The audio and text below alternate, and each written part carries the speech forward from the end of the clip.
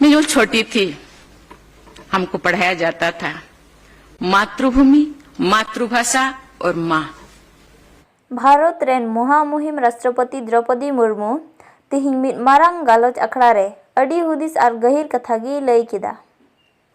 भारत मातृभूमि और मातृभाषा से जनाम आयु आड़ांग तीना लगतियाना देलाबो आंजम लगी अबु भारत दिसम रेन महामहिम राष्ट्रपति द्रौपदी मुर्मुआ लई कथा। मैं आज खुश हूँ।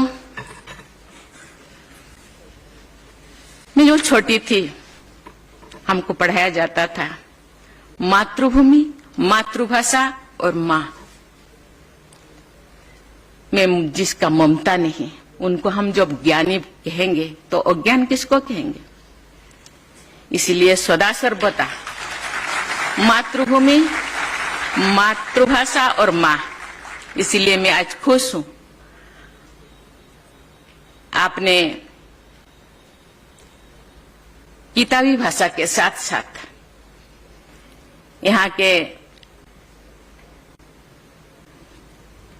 ओरिजिनल भाषा, यहाँ के लोकल लैंग्वेज को भी अब यहाँ सिखाया जाता है। कहा जाता है माँ जैसे भी हो, दूसरे के दृष्टि में माँ गरीब हो, देखने में जैसे भी हो, माँ माँ होती है। मातृभाषा लोगों के नजर में कैसे भी हो, मातृभाषा अपना होती है। दुनिया के जितने भी भाषा है सीखने में कोई वार नहीं, कोई बाधा नहीं, लेकिन अपना भाषा अपने घरों में, अपने समाज में उसको यूज करना हम लोगों का कर्तव्य होता है। नहीं तो हम लोगों का आइडेंटिटी, हम लोगों का पहचान खो जाएगा। इसीलिए मातृभाषा को बोलना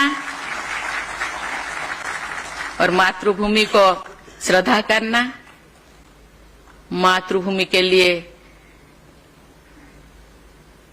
जीवन तो देना, जिंदगी तो देना, और मातृभाषा को, माँ को प्यार करना, ये हम लोगों का कर्तव्य है। इसी से ही हम लोगों का आइडेंटिटी, हम लोगों का पहचान, हम लोगों का अस्मिता रहती है।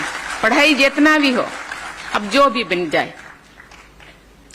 आप कल ऑफिसर बनेंगे, इंजीनियर बनेंगे, डॉक्टर बनेंगे, आईएएस आईपीएस बनेंगे, लेकिन आप अपना जमीन को कभी नहीं भूलना चाहिए। यही तो आज विदेशों ने इतने दिन हम लोगों को शासन किया, लेकिन आज भी भारत जैसे भी हो, जो भी हो, जैसे भी हो, लेकिन भारत को आज सभी देख रहा है। क्यों? भारत के लोगों का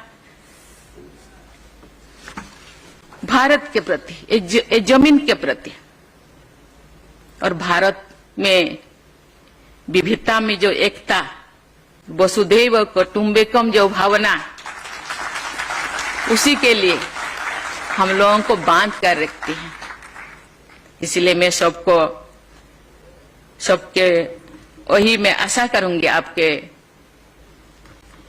आपके लिए कि आप आगे जाकर जो भी बने, लेकिन भारतीयता को बनाए रखें।